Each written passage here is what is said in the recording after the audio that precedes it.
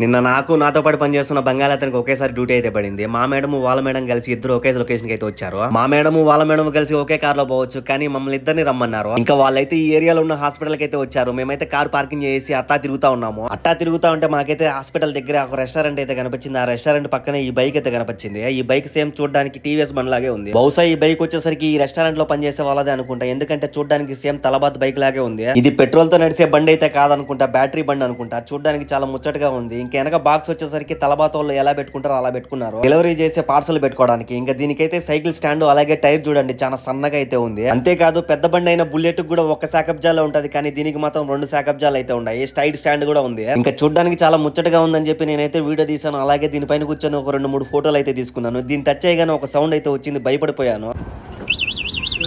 చూసినారు కదా, దాన్ని తాకగానే సౌండ్ అయితే వచ్చింది. ఎందుకంటే ఎవరైనా ఎత్తుకొని పోతారని చెప్పి దానికైతే అలారం అయితే పెట్టుకున్నాడు బండి ఓనరు. మీకు ఈ బండి ఎలా అనిపించిందో కామెంట్ చేయండి.